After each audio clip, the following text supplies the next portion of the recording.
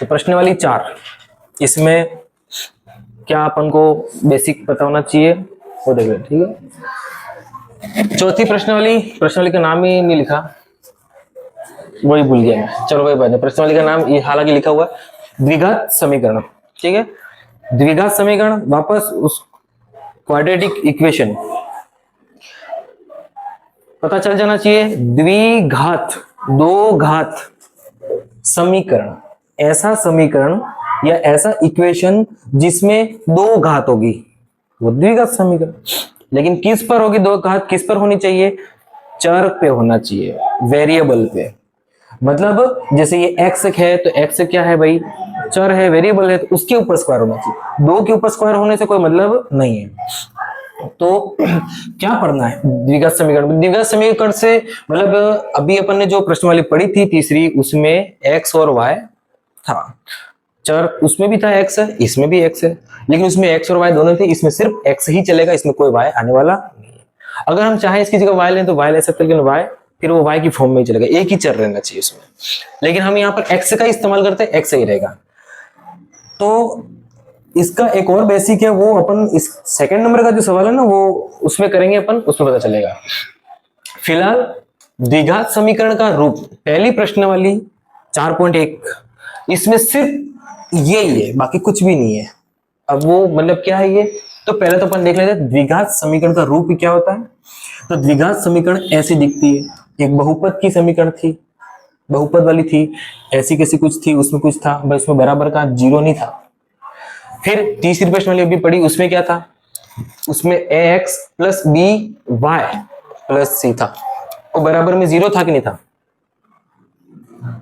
Zero था, नहीं था?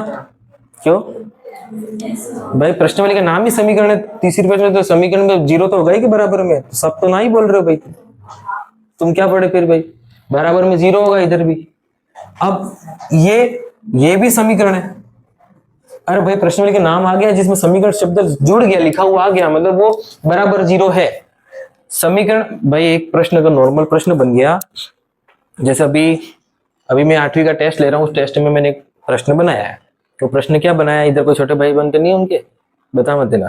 जैसे एक प्रश्न बनाया है, वो प्रश्न क्या बनाया है? ये बनाया है कि निम्नलिखित में से समीकरण कौन सी है बताओ। तो मैंने ऑप्शन बनाया, एक है ए ऑप्शन है x प्लस 2, बी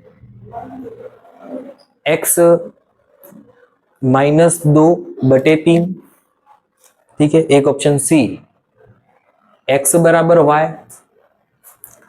और डी x प्लस 5 और ग्रेटर देन, लेस देन जो होता है ना, बड़े और छोटे को दिखाने वाला चिन्ह होता है, वो चिन्ह रखा है, और बराबर में चिन्ह के इधर जीरो रखा है, या जो भी संख्या रखी है। इन चार ऑप्शन में कौन सा ऑप्शन सही होना चाहिए? तीसरा सी। क्यों?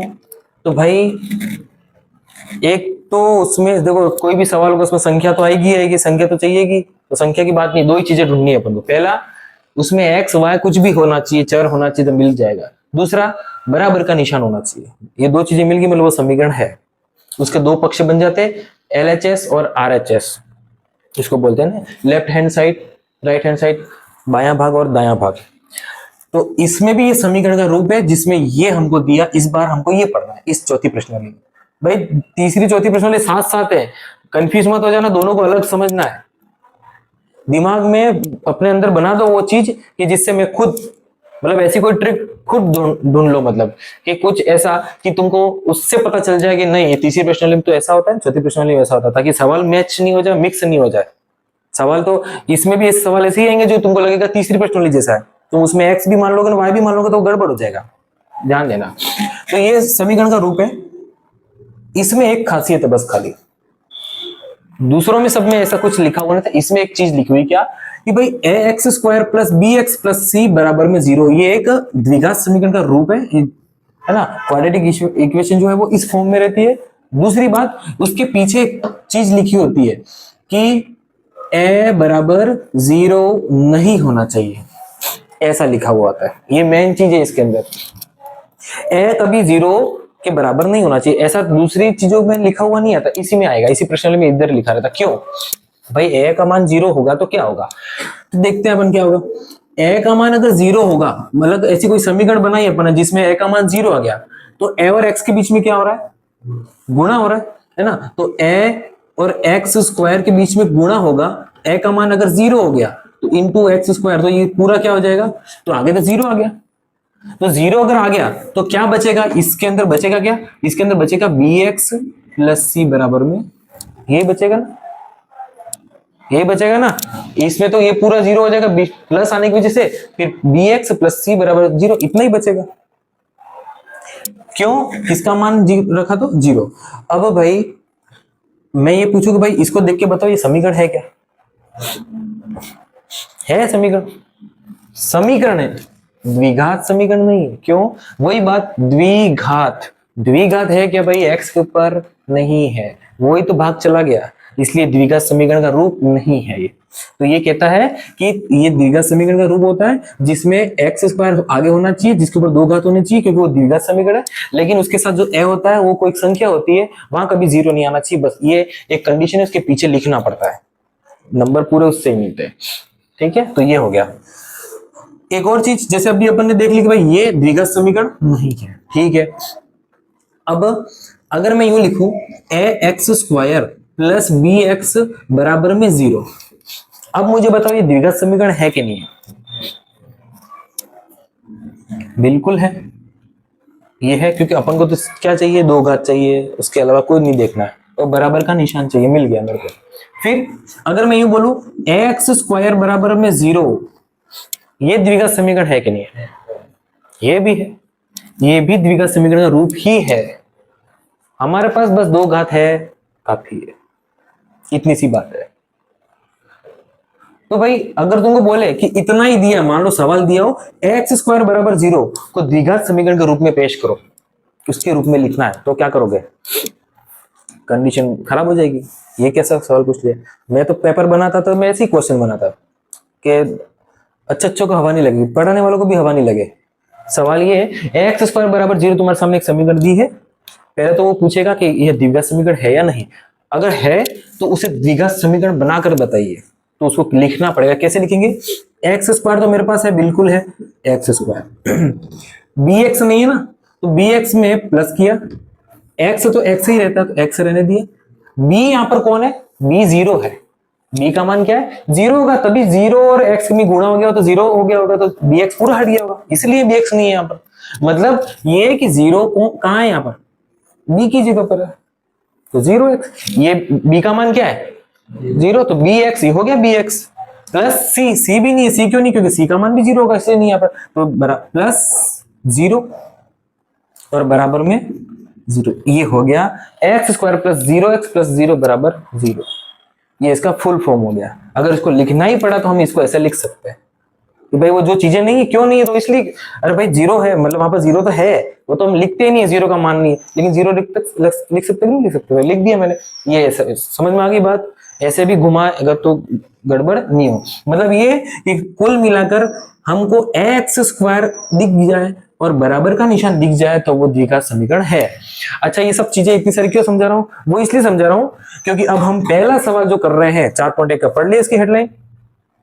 हाँ, तो उसमें बोल रहा है जांच कीजिए, जांच कीजिए कि यह द्विघात समीकरण को निरूपित ऐसे है कि रूप में है कि नहीं हो, क्या है, क्या निम्न द्विघात समीकरण है या नहीं, इतना ही लिखा है क्या, बस क्या यह द्विघात समीकरण है या नहीं, इतना अपन को बताना है। तो मतलब क्या, मतलब बस ये, मतलब ये इस पूरी 4.1 में हमको यही करना है कि जो भी सोल्व करेंगे सवाल उसके लास्ट में ये उत्तर लाना है, बस ये ऐसा उत्तर लाना है। ऐसा उत्तर दिख गया तो हम बोलेंगे कि हाँ यह द्विघात समीकरण है, ऐसा नहीं है तो ये द्विघात समीकरण नहीं है, ऐसे खत्म कर देना पिक्चर बस। ठीक है, तो हम अपन सवाल शुरू करते थे, जैसे ये सवाल है, बार बार ये सवाल, ऐसा एक सवाल आता है लेकिन कभी कभी नहीं भी देता है। छोटा सवाल अगर होगा तो ऐसा देगा कि द्विघात समीकरण में है क्या नहीं ये बताए, लेकिन देना होगा तो ऐसा नहीं देगा, वो समीकरण वाला बनाकर देगा। लेकिन समीकरण वाला बनाकर करने वाला सवाल भी देगा तो फिर वो ऐसा नहीं देगा कि अभी 4.1 के दूसरे के जो सवाल है ना वैसे भी नहीं देगा, फिर तो वो 4.2 4.3 के अंदर जो सवाल है वो देगा। क्यों? फिर तो वो पूछेगा, पूरा हल पूछेगा, भाई इसमें एक्स का नाम, इस एक्स का मान भी बताओ, कितना मान आया। इसमें तो मान नहीं बताना है। जो दूसरा सवाल के जो दूसरे सवाल है ना, दूसरे के जितने भी 4 के 3, उनमें सिर्फ द्विघात समीकरण बनानी है बस, उनको पूरा हल नहीं करना है। उसमें लिखा हुआ है का मान ज्ञात कीजिए, इसको ये सॉल्व कीजिए, ऐसे दिखा है, लेकिन उसमें हल नहीं करना है। 4.1 पूरी प्रश्नावली को ऐसे ही करना है कि बस इसको ऐसा बनाना है उत्तर, बस ऐसा उत्तर आ रहा है कि नहीं आ रहा है, तो फिर नीचे हाँ लिख देंगे द्विघात समीकरण है। ठीक है, यही काम है। अब इस सवाल को अपन सोल्व कर देते हैं। इस सवाल को ढंग से समझना कि कोष्टक वाले सवालों में गड़बड़ होती है कि कोई कहां से किसका गुणा कर रहा है किसका नहीं, वो दिक्कत हो जाती है। ठीक है, वो दिक्कत नहीं हो। ये सवाल नंबर कौन सा है? पहला प्रश्न, तीसरा सवाल। ठीक है, तो ये सवाल अपन करते हैं। एक जने ने मेरे को फोन किया था और उन्होंने बोला ये वीडियो देखकर कि आप पढ़ा तो रहे हो, लेकिन प्रश्न वाली भी बता रहे हो, लेकिन सवाल बोर्ड पे लिखा हुआ नहीं रहता, हमको पता नहीं है कि कौन सा सवाल है, कौन से सवाल कर रहे हो, किताब में कहाँ है, ये करके। वो है एक दो जने महान वीर भी हैं, लेकिन फिर भी उनको बताना पड़ेगा, तो इसलिए मैं किताब लेकर बैठना है। जो भी कोई देखने वाला आसपास हो उसको भाई बोलना है भाई किताब तो लेकर बैठना पड़ेगा, यहाँ किताब सवाल लिखे हुए नहीं मिलेंगे। किताब मैंने इसलिए मैंने ये लिखा है, प्रश्न पहला, पहले का तीसरा सवाल। तो किताब तो अभी यहाँ बोर्ड पे नहीं लिख सकता, पूरी पूरी किताब छाप तो नहीं सकता। अपने पास वो एलईडी वाली स्क्रीन नहीं है कि यहाँ पर मैं डायरेक्ट खोल दूंगा, ये रहा पेज पूरा, ये रहा सवाल ओपन कर देंगे। तो उसका अभी टाइम है, ऐसा भी टाइम आएगा, ऐसा नहीं है नहीं आएगा, वो आएगा, तो बात की बात है। अब इस सवाल को सोल्व करना है, ढंग से देखना, एक एक स्टेप, कोई भी स्टेप एक कम नहीं होने चाहिए, ज्यादा स्टेप हो जाएंगे चलेगा, कम नहीं होनी चाहिए। ठीक है, बेसिक पूरा ढंग से समझना है इसका। अब इतना सब पढ़ा है तो इसको सोल्व करने तो आना ही चाहिए। बराबर के इधर वाला जो भाग है इसको सोल्व करते हैं। पहले हम क्या करेंगे, इस कोष्टक को देखेंगे, इस कोष्टक में पहली जो संख्या है उसको लिखेंगे, x लिखा, और ये पूरा कोष्टक उसके पीछे वाला वो वहां रख देंगे, उसके आगे x प्लस 1। देखो क्या किया, x लिखा और ये कोष्टक लिख दिया। अब -2 लिखेंगे, तो वापस यही कोष्टक फिर से लिख देंगे। बोलो ये चीज समझ में आई? ठीक है, बराबर इधर भी वैसे फिर से यहाँ पर x लिखा, x प्लस 3 लिख दिया ये वाला कोष्टक, फिर -1 लिखा और x प्लस 3 लिख दिया पीछे वाला कोष्टक। ठीक है, ये एक पहली चीज हो गई। ऐसा कब होगा? ऐसा तब होगा जब दोनों कोष्टकों के बीच में खाली भाग होगा, कुछ भी नहीं लिखा है, तो ऐसा करना है। अगर इनके बीच में प्लस लिखा हुआ है या माइनस लिखा हुआ है, ऐसा कुछ है, तो ऐसे मत कर देना, फिर तो डायरेक्ट नॉर्मली सोल्व हो जाएंगे। प्लस माइनस हो रहा है, जोड़ बाकी हो रही है, यहाँ ऐसा नहीं, इनके बीच में गुणा हो रहा है, तो गुणा होता है तब ऐसे गुणा करते हैं। अब क्या करना है नेक्स्ट, अब इनके अंदर गुणे कर दो। कोष्टक है ये, कोष्टक के अंदर दो संख्या है, उसके बाहर x लिखा हुआ है, मतलब ये x का गुणा इस पूरे कोष्टक में हो रहा है, तो x का गुणा इससे भी हो रहा है, इससे भी हो रहा है। लेकिन इनमें क्या हो रहा है कि सब में प्लस प्लस ही, इसलिए दिक्कत नहीं सोल्व करने में। माइनस होता है तब गड़बड़ होती है, वो ध्यान देना। अभी गुणा करते x का गुणा x में, तो x स्क्वायर, ठीक है, फिर प्लस प्लस का प्लस। अब x का गुणा 1 में, तो x का गुणा 1 में करेंगे तो x ही आएगा। अच्छा, x का गुणा 1 में किया तो x क्यों आया? क्योंकि x के साथ भी एक कोई संख्या है, एक का गुणा 1 में हुआ तो 1 ही आया, तो x ही बचा। फिर अब आगे, अब ये डायरेक्ट माइनस नहीं लिख देना, पहले चेक करना है। क्या करेंगे, अब 2 का गुणा x में हो रहा है, पहले चिन्हों को गुणा मत करो, पहले संख्याओं का गुणा कर दो उनके साथ जो चल रहे हो। 2 का गुणा x में किया तो 2x आया। अब माइनस और इसके साथ x के साथ कौन है, प्लस, तो माइनस प्लस माइनस। ठीक है, ये याद रहना चाहिए प्लस माइनस वाला। ठीक है, 12 बताना नहीं पड़े, plus minus, minus plus, minus minus, plus plus. इसको पता कैसे करते हैं, ये तभी काम करते हैं नियम जब उनके बीच में गुणा हो रहा हो। ऐसी दो संख्या जिनके साथ वो चिन्ह है और उनका क्या हो रहा हो, गुणा हो रहा हो, तो क्या करते हैं, चिन्ह अलग अलग है तो माइनस कर देना है, चिन्ह अलग अलग होंगे माइनस कर देना, चिन्ह एक जैसे होंगे प्लस कर देना, चिन्ह एक जैसे होंगे प्लस कर देना, इतना ही रखना बस। अलग अलग चिन्ह माइनस, एक जैसे चिन्ह प्लस। अब देखो 2 का गुणा x में 2x, इसमें माइनस है इसमें प्लस है, अलग अलग चिन्ह है, डायरेक्ट माइनस कर दिया। अब 2 का गुणा 1 में किया 2 एकम 2, माइनस प्लस अलग अलग चिन्ह, हो गया था, ये खत्म हो गया बराबर। अब यहाँ पर x का गुणा x में x स्क्वायर प्लस x का गुणा 3 में 3x, ये हो गया खत्म। अब यहाँ पर 1 का गुणा x में तो x आया, माइनस प्लस माइनस अलग अलग चिन्ह है, फिर 1 का गुणा 3 में 3 एकम 3, माइनस प्लस माइनस। इतना अगर हो जाए तो अब चलो अपना कोष्टक तो हट गया, तो दिक्कत नहीं है। अब क्या करना है, दो तरीके, या तो क्या करो, इधर वाला जो भाग है इसमें जो चीज सोल्व हो सकती है उसको सोल्व करके लास्ट जितना बचता है बचा लो, इधर जितना सोल्व होता है उसको सोल्व करके लास्ट बचा लो, फिर एक तरफ ले आओ। या तो ये करो, दूसरा क्या करो, या फिर क्या करो कि सबको एक जगह पर ले आओ, या तो यूं कर लो और उसके बराबर में जब कुछ भी नहीं बचेगा तो बराबर के उस तरफ क्या होता है, कुछ नहीं होता, वहां पर जीरो होता है तो जीरो कर देंगे।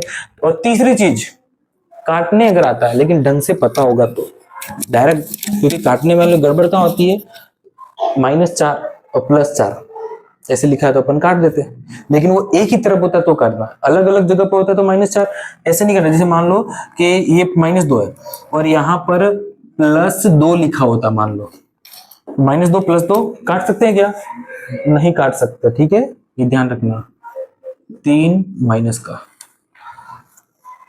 कब काट सकते हैं, ध्यान देना, यहां पर अलग अलग चिन्ह हो एक ही जगह पर तो काट सकते हैं, लेकिन बराबर का निशान के इधर उधर है, उधर क्या करना पड़ेगा, तो सेम टू सेम दिखना चाहिए, सेम टू सेम, तो काट सकते हैं इसको। देखो x², उधर भी x², ये भी प्लस का वो भी प्लस का, सेम टू सेम दिख रहे, कट गया। ये x प्लस का ये x माइनस का, अलग अलग चिन्ह तो नहीं कट सकते, अब यहां गड़बड़ नहीं होनी चाहिए, ठीक है। जैसे x एक जैसे दिख रहे हैं उनको भी काट रहे हो, अलग अलग चिन्ह उनको भी काट रहे हो, सब काटो बचेगा ही नहीं कुछ, फिर ऐसा भी नहीं कर देना है। अब ये -2x है ही नहीं, 2 वहां पर तो सोचना ही नहीं, -2 वहां तो 3 है, देखना ही नहीं। अब क्या करना है, अब उनको एक तरफ ले आओ, सबको एक जगह पर और सोल्व करो। तो ये देखो x बचा, -2x बचा, -2 ये तो बचे वो लिख दिए। अब 3x यहाँ आएगा, प्लस का 3x यहाँ आएगा तो माइनस का 3x, माइनस का x यहाँ आएगा तो प्लस का x, और माइनस का 3 यहाँ आएगा तो प्लस का 3, और बराबर में सब वहां से यहाँ आ गए तो बचा कुछ नहीं, 0। अब सोल्व करते हैं। अब चेक करो सेम सेम कौन दिख रहे हैं, उनको आपस में सोल्व करना है।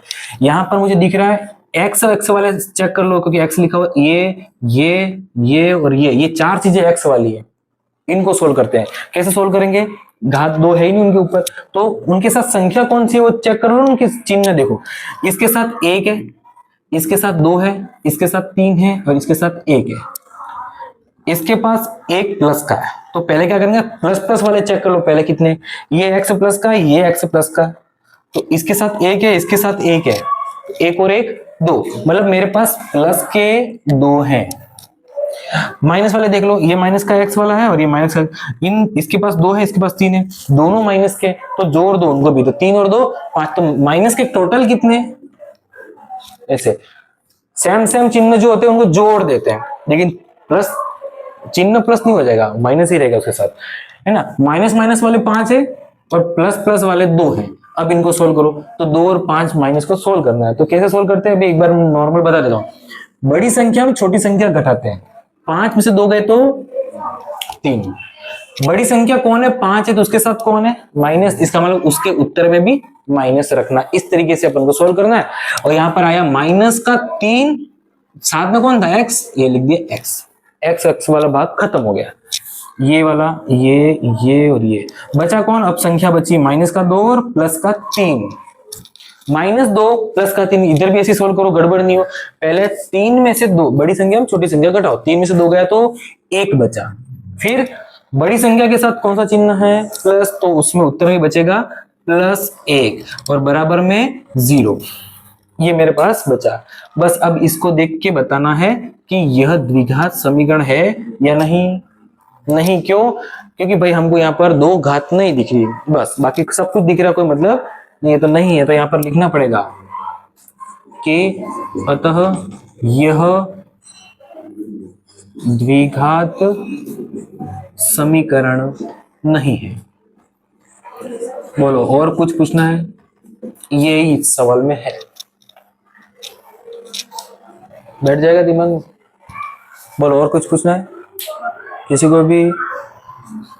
इसके 8 के 9 सवाल जितने भी है, सारे सवालों में एक ही जैसा काम करना है, बस यही करना है सबको, ऐसे सॉल्व बस सॉल्व करना है, यही है मेन चीज। प्रैक्टिस करनी पड़ेगी, प्रैक्टिस करो।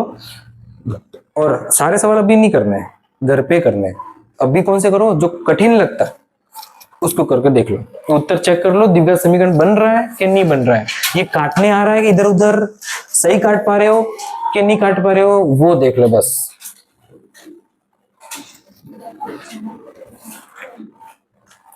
और फिर साथ में एक काम करते हैं, किताब के अंदर 4.1 के अंदर देख लो एक सवाल। पहला सवाल जो है ना 4.2 4.1 का दूसरे का पहला देख देना मुझे।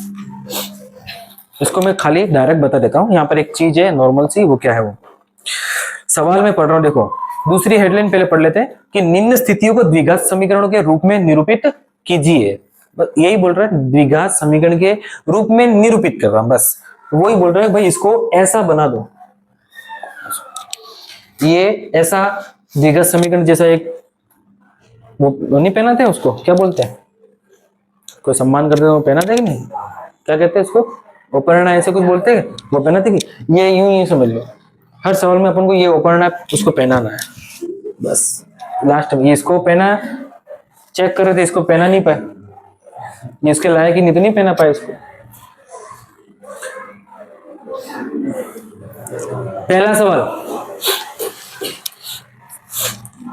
एक आयताकार भूखंड का क्षेत्रफल इतना है, क्षेत्र की लंबाई जो कि मीटर में है, चौड़ाई की दुगुने से एक अधिक है, हमें भूखंड की लंबाई और चौड़ाई ज्ञात करनी है। ये आ गया दुगुना तिगुना वाला फिर से, ठीक है। सवाल में है क्या, मैं नॉर्मली बता देता हूं। देखो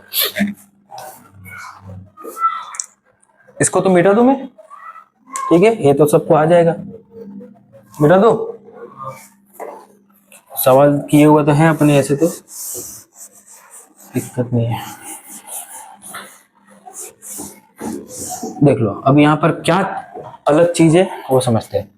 आयताकार भूखंड की बात कर रहा है, ठीक है, तो देख लो ये ऐसा सवाल उसमें भी आ सकता है और इसमें भी है। अब अपन x और y मानते थे, यहाँ पर x ही मानना, उसका फर्क कैसे पहचाने वो ढंग से समझना। जो चीजें दी हुई है उसको लिख देते हैं। वो बोल रहा है कि एक आयताकार रेक्टेंगल रूप में है और उसका भूखंड का मतलब होता है उसके अंदर की पृथ्वी का भाग का क्षेत्रफल 528 मीटर स्क्वायर है। 528 मतलब ये अंदर वाला जो भाग है वो 528 मीटर स्क्वायर है। स्क्वायर क्यों लिखा, क्योंकि भाई क्षेत्रफल, तो क्षेत्रफल हमेशा जो एरिया होता है वो हमेशा क्या होता है, स्क्वायर में रहता है, मतलब ये क्षेत्रफल है। तो यहाँ पर अलग से लिख दो मैं कि भाई क्षेत्रफल दिया हुआ है हमको 528 मीटर स्क्वायर।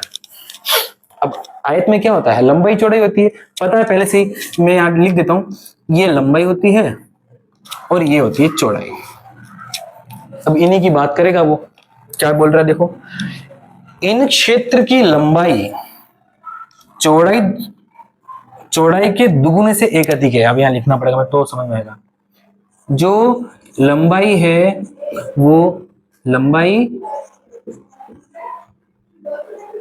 चौड़ाई के दुगुने से अधिक है। देख लो एक बार, सही लिखा मैंने,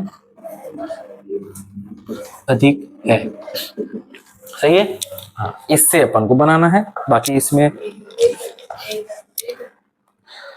प्रत्येक लंबाई चौड़ाई के एक अधिक है, वेरी गुड, एक अधिक है। चलो अब अपने पिछली प्रश्न वाले में तो अपने समझा था उसके साथ क्या शब्द रहता है उससे पहचानते हैं कि किसके साथ गुणा करते हैं, क्या गुणा करते हैं वो सब, ठीक है।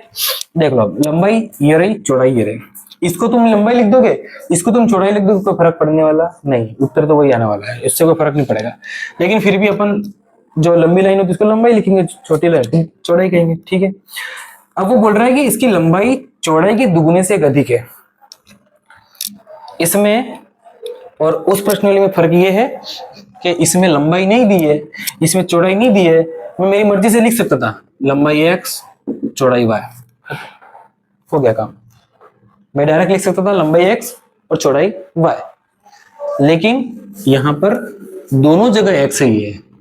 अब दोनों जगह x है इसलिए कंफ्यूजिंग कहाँ होगी, मैं यहाँ x लिखूं कि यहाँ x पहले लिखूं, क्योंकि इस द्विघात समीकरण वाले सवालों में क्या होता है कि पहले हम किसी एक को मानना पड़ेगा कुछ न कुछ, उसी से ही दूसरा निकलेगा। मतलब एक मान दूसरे मान पर निर्भर करेगा। मैं लंबाई पहले लिखूं कि चौड़ाई पहले लिखूं ये मुझे नहीं पता, बस वही इंपॉर्टेंट है, वो इससे पता चलेगा। अब देखो जमाते क्या है, वो बोल रहा है कि इसकी जो लंबाई है जो पहले लिखा हुआ था ना उसको सोचो, उसको लिखो वहां पर। देखो लंबाई मतलब ये देखो, तो बोल रहा है कि इस आयताकार भूखंड की जो लंबाई है वो चौड़ाई के दुगुने से एक अधिक है। चौड़ाई कौन सी, मतलब ये इसके दुगुने से एक अधिक है। कौन, लंबाई। अब पहले किसको क्या माने, किससे कंपेयर कर रहा है, ये कंपेयर कर रहा है यहाँ पर, है ना, कि वो बोल रहा है कि इसकी जो लंबाई है वो कितनी है, तो वो उतनी है जितनी चौड़ाई होगी उसका दुगुना कर दें और उसमें एक जोड़ दें, उतनी लंबाई है। मतलब पहले कौन होना चाहिए, चौड़ाई। मतलब वो बोल रहा है कि अगर चौड़ाई अगर 4 है, अगर चौड़ाई 4 मीटर है तो उसका दुगुना मतलब 4 दूनी 8 और उसमें एक ज्यादा मतलब 9, एक जोड़ेंगे तो मतलब लंबाई कितनी है, 9। अगर चौड़ाई 4 है तो लंबाई 9, अगर चौड़ाई 10 है तो लंबाई बताओ कितनी होगी, 21 बराबर। मतलब पहले किसकी बात चल रही है, चौड़ाई पता होनी चाहिए तो मतलब पहले हम डायरेक्ट लिख देंगे कि इधर x कौन है, x मीटर। पहले किसको मानेंगे, x चौड़ाई को। तो हमको यहां पर भी लिखना तो पड़ेगा कि माना चौड़ाई x मीटर है तो लंबाई कितनी हो जाएगी। तो लंबाई, अब वहां गड़बड़ क्या है ये समझने वाली बात है। चौड़ाई को मान लिया x है तो लंबाई क्या होगी, तो लंबाई जो है वो चौड़ाई जो है उसका दुगुना मतलब 2x से एक अधिक में प्लस 1। अब क्या हो रहा था कि जिसके साथ ये लिखा रहता था ना के से, उधर ही हम उसका गुणा कर देते थे। अब यहाँ पे x यहाँ लिखा है तो मैं चौड़ाई के साथ लिखा है ना, दुगुना नहीं हो, तो चौड़ाई के साथ मैंने 2x नहीं किया है, लंबाई के साथ किया है। एक ये भी फर्क है उनको, इस प्रश्न वाली में उस प्रश्न वाले में। जब दोनों तरफ x लिख देते हैं और एक तरफ y लिख देते हैं तब वहां पर होता है ऐसा, यहाँ पर नहीं होता है, ध्यान देना। इसमें क्या हुआ कि मैंने जो ट्रिक बताई थी वो ट्रिक यहाँ नहीं काम करेगी कि लंबाई चौड़ाई के दुगुने से गति है, तो चौड़ाई कौन सी है, ये है, तो उसका दुगुना, तो उसमें दुगुना नहीं किया है, लंबाई में किया है। जो उस पिछली प्रश्न वाली में होता तो मैं इसके साथ 2x कर देता, 2 का गुणा, लेकिन यहाँ उल्टा हो रहा है, समझ में आया। तो माना चौड़ाई x मीटर है तो यहाँ लिखना पड़ेगा कि लंबाई 2x प्लस 1 मीटर है, बस। लेकिन फिर सॉल्व कैसे करना रहा, अब सॉल्व करने की बात आ रही है, सवाल कैसे हल करेंगे। तो उसने क्या दिया हुआ है, क्षेत्रफल दिया हुआ है, क्षेत्रफल को यूज करना है। क्षेत्रफल भी क्यों यूज किया है उसने, क्यों, क्योंकि भाई क्षेत्रफल अकेला ऐसा सूत्र है, मतलब किसी भी चित्र का क्षेत्रफल निकालते हैं, एरिया निकालते हैं, उसमें किसका गुणा, क्या मतलब उसमें चिन्ह किसका होता है, इनटू का होता है, वहां इनटू होता है और गुणे की जरूरत है, तभी वो x होता है ना। x में प्लस करेंगे अगर x तो क्या होगा, x प्लस x करेंगे क्या आएगा, 2x होगा। तो x के ऊपर घात थोड़ी आई है, तो 2x बनाए ना। x स्क्वायर कब होगा, जब x में x का गुणा होगा, इसलिए ऐसे सूत्र ही देगा जिसमें बीच में इंटू का निशान हो, ताकि उनका गुणा हो जाए और एक्स स्क्वायर बन जाए, यूं है। तो क्या करेंगे, तो जमाना क्या रहा, तो यहां लिखना पड़ेगा कि भाई क्षेत्रफल का मतलब क्या होता है, आयत का। इसमें यूं है कि लंबाई इंटू चौड़ाई बराबर क्या होता है, क्षेत्रफल होता है,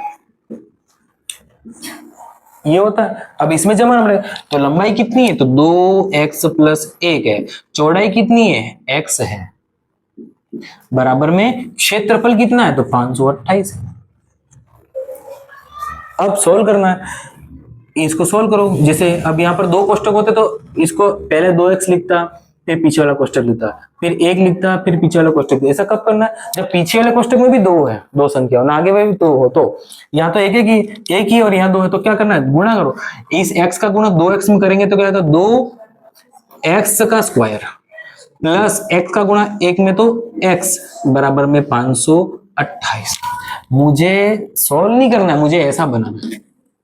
अब ऐसा बनाना है तो इसका मतलब क्या है कि सबको एक तरफ लाना पड़ता है, जीरो अगला उस तरफ रहता है, इसलिए ऐसा करना। तो क्या करना है, इधर ले आओ इसको। तो 2x² प्लस x, 528 प्लस का यहाँ आएगा तो माइनस का 528 हो जाएगा। सब इधर आ गया तो इधर क्या हो गया, जीरो। बस ये हमारा सवाल खत्म, इतना ही करना है।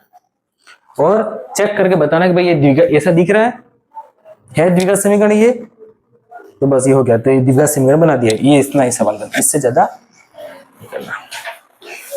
ठीक है, ये इतना सवाल था, इतना लिखना पड़ेगा अब इसमें तुमको।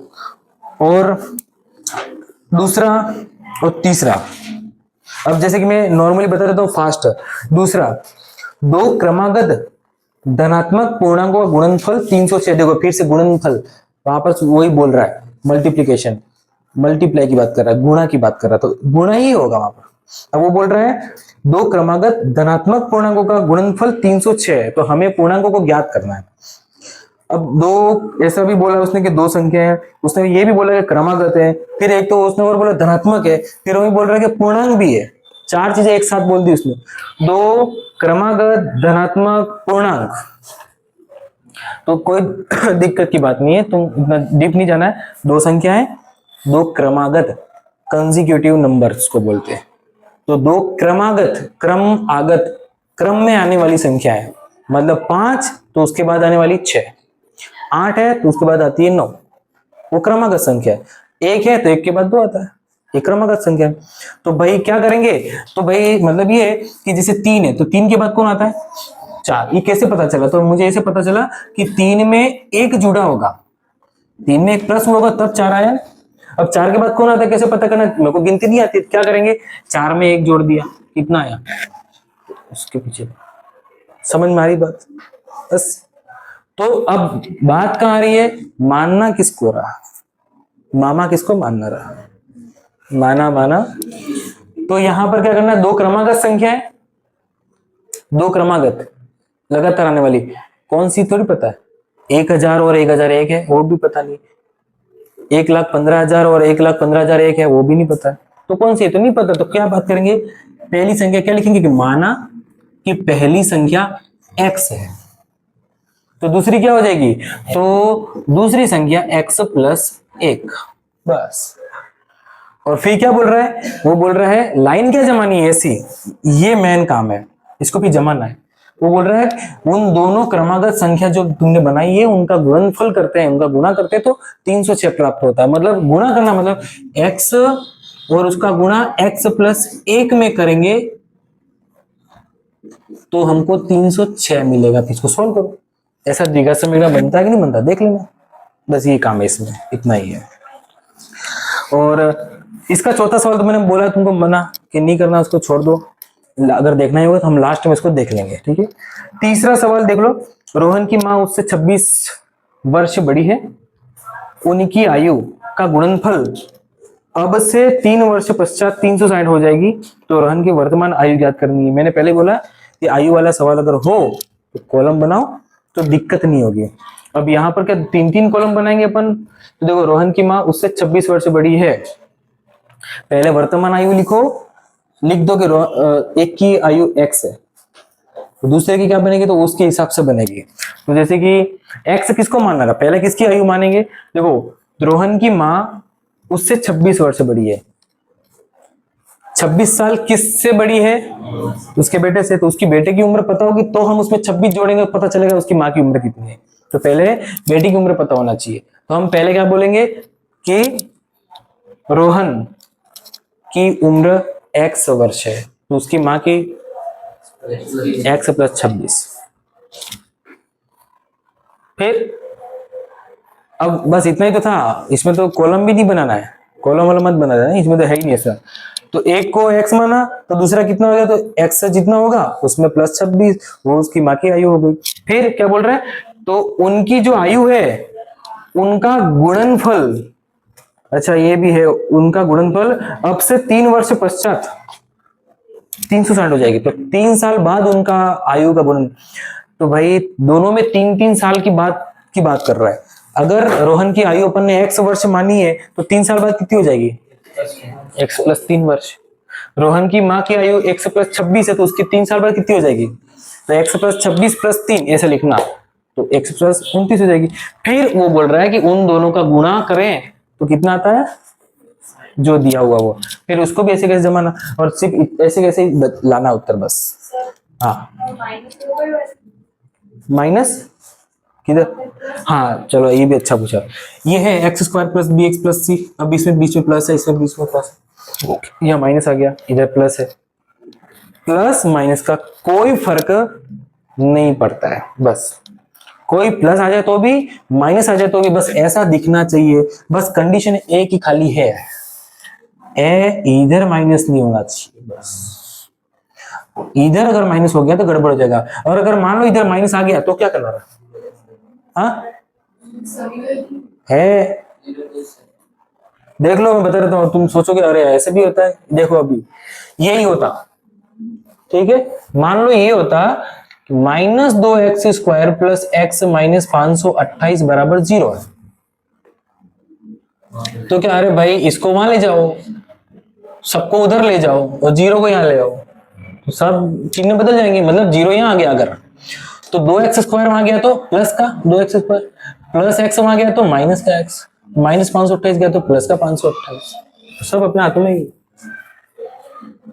ठीक है। लेकिन ऐसे छोड़ मत देना, अगर माइनस सबसे आगे माइनस है तो उसको बदलो पहले, तो बीच में कहीं भी माइनस होगा चलेगा, फर्स्ट में माइनस नहीं होना चाहिए। और फर्स्ट में अगर हो ऐसे बेडरूम में चला यार ये माइनस आगे, ऐसा नहीं करना है, अरे उसको ले जाओ उधर, अपने पास ऑप्शन है, बस ये घर अच्छा नहीं लग रहा तुरंत दूसरा प्लॉट खरीद लो, यूं ऐसे चलता है इसमें। तो 4.2 अपन कल स्टार्ट करेंगे।